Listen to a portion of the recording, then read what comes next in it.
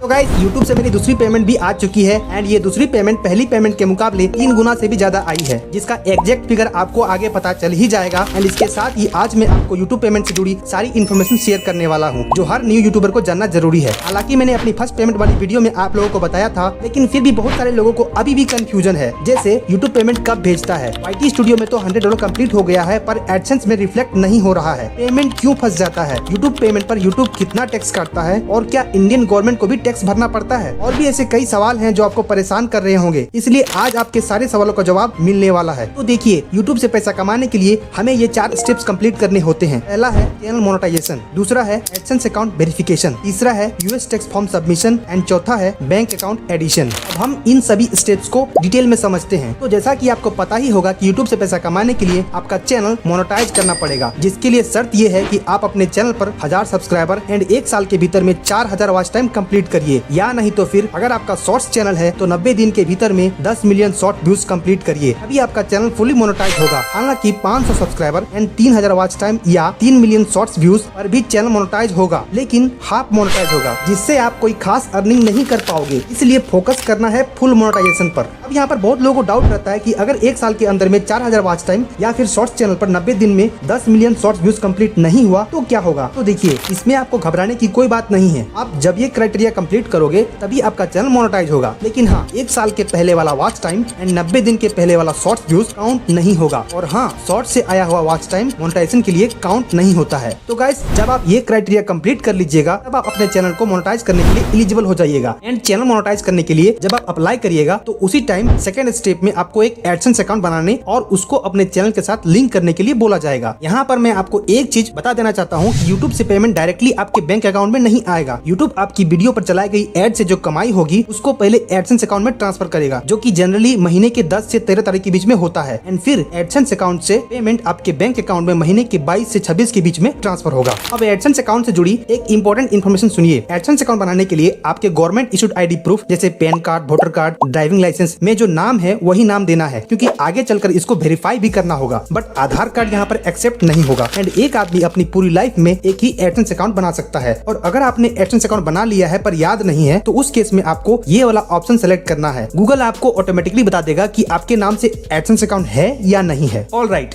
Step 2, AdSense account verification. जब आप AdSense account create करके अपने चैनल से लिंक करके अपने चैनल को सक्सेसफुली मोनेटाइज कर लीजिएगा, तब आपके YT स्टूडियो में डॉलर बनने शुरू हो जाएंगे। एंड जब ये बढ़कर $10 कंप्लीट हो जाएगा तब आपको अपना एडसेंस अकाउंट वेरीफाई करने के लिए एक मेल आएगा और बोलेगा कि आप अपना आइडेंटिटी और एड्रेस वेरीफाई करिए, जिसके लिए आपको कुछ टाइम लिमिट दिया जाएगा। आइडेंटिटी वेरिफिकेशन के लिए 45 डेज का टाइम मिलता है एंड एड्रेस वेरीफाई करने के लिए 4 महीने का टाइम मिलता है। अगर आपने इस टाइम लिमिट के अंदर में ये दोनों स्टेप्स कंप्लीट नहीं किया तो आपके वीडियोस पर एड्स चलना बंद हो जाएगा, यानी आपका चैनल डीमोनेटाइज हो जाएगा। इसलिए टाइम रहते ही ये दोनों प्रोसेस कर लीजिएगा। अब यहाँ पर थोड़ा सा ध्यान दीजिए। एड्रेस वेरीफाई करने के लिए मार्च 2025 से पहले एक ही मेथड थी, जो है गूगल पिन मेथड। लेकिन पिन वाली मेथड की परेशानी को देखते हुए गूगल एडसेंस ने मार्च 2025 में एक न्यू मेथड इंट्रोड्यूस किया, जिसको पर्सोना नाम दिया गया। पर्सोना मेथड में ये बेनिफिट है कि आप आइडेंटिटी और एड्रेस दोनों एक ही साथ वेरीफाई कर सकते हैं। यानी अगर आपने पर्सोना से वेरीफाई कर लिया है तो आपको गूगल पिन की जरूरत नहीं है। लेकिन सभी को पर्सोना से वेरीफाई नहीं हो पाता है, इसलिए पिन वाली मेथड अभी भी अवेलेबल है। इसलिए अगर आपकी ID प्रूफ में फोटो साफ साफ है तो आप पर्सोना से ट्राई करिए, नहीं तो फिर पिन वाली मेथड तो है ही। इस बारे में अगर आपको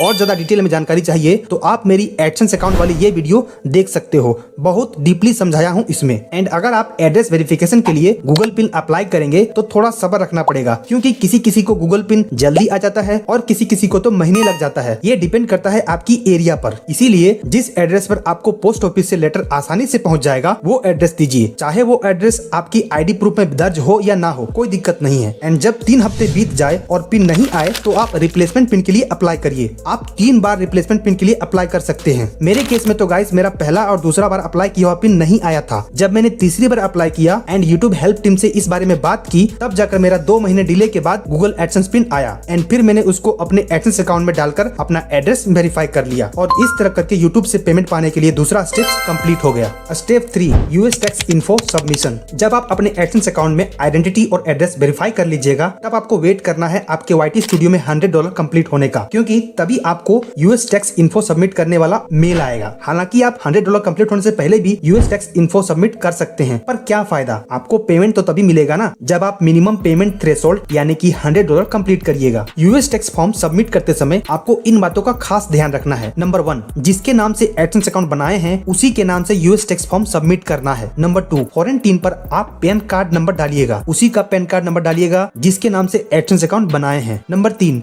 टैक्स ट्रीटी में आपको ये ऑप्शन सिलेक्ट करना है, इसका एक स्क्रीनशॉट ले लीजिए। नंबर 4, यूएस टैक्स फॉर्म हर 2 साल में एक ही बार भरना पड़ता है। एंड हाँ, यूएस टैक्स फॉर्म सबमिट करने से पहले ये वीडियो जरूर देखिएगा, आपको एक क्लियर गाइडेंस मिलेगा। अब गाइस, बहुत सारे लोगों को ये भी डाउट रहता है कि क्या यूट्यूब पेमेंट पाने के लिए हमें इंडियन टैक्स फॉर्म भी सबमिट करना होता है। तो देखिए, अभी तो इंडियन टैक्स फॉर्म सबमिट नहीं करना है, पर हाँ, अगर आपकी सालाना इनकम 12 लाख से ज्यादा हो जाती है तो फिर आपको इंडियन टैक्स फॉर्म सबमिट करना है। इंडियन गवर्नमेंट ने 12 लाख की लिमिट प्रेजेंट फाइनेंशियल ईयर 2025-2026 के लिए सेट किया है। फ्यूचर में ये लिमिट बढ़ भी सकती है और घट भी सकती है। Step 4, bank account addition. And guys, जब आप यूएस टैक्स फॉर्म सबमिट कर लीजिएगा तो फिर यूट्यूब से पेमेंट पाने के लिए एक लास्ट स्टेप बचता है, वो है बैंक अकाउंट डिटेल्स ऐड करना। अब बैंक अकाउंट से रिलेटेड लोगों को बहुत कंफ्यूजन रहता है, तो देखिए, यूट्यूब पेमेंट के लिए आप वही बैंक ऐड करिए जिसमें यूट्यूब को पेमेंट भेजने में कोई दिक्कत ना हो, यानी कि उस बैंक के पास अपना स्विफ्ट कोड अवेलेबल हो। स्विफ्ट कोड, जिसको बैंक आइडेंटिफायर कोड BIC भी कहते हैं, ये 8 से 11 कैरेक्टर का एक यूनिक कोड होता है जो किसी भी बैंक या फिर फाइनेंशियल इंस्टीट्यूशन का इंटरनेशनल आइडेंटिफिकेशन नंबर होता है। उसका यूज इंटरनेशनल मनी ट्रांसफर के लिए होता है। जैसे इंडिया में एक बैंक से दूसरे बैंक में पैसा ट्रांसफर करने के लिए IFSC कोड की जरूरत होती है, उसी तरह से इंटरनेशनल ट्रांजेक्शन के लिए, यानी कि एक देश को दूसरे देश में पैसा भेजने के लिए स्विफ्ट कोड की जरूरत पड़ती है। तो जिस बैंक के पास स्विफ्ट कोड अवेलेबल है उसी बैंक को ऐड करिए। वैसे ज्यादातर यूट्यूबर गवर्नमेंट बैंक में SBI को सिलेक्ट करते हैं एंड प्राइवेट बैंक में HDFC बैंक को सिलेक्ट करते हैं। अब आपको स्विफ्ट कोड मिलेगा कैसे? तो देखिए, इसके लिए डायरेक्टली बैंक में जाना है और बैंक वालों से बात करनी है। एंड जब आपको स्विफ्ट कोड मिल जाए तो फिर उसको यहाँ पर डालना है, साथ ही अपना account number, IFSC code number भी डालना है और उसको सबमिट कर देना है।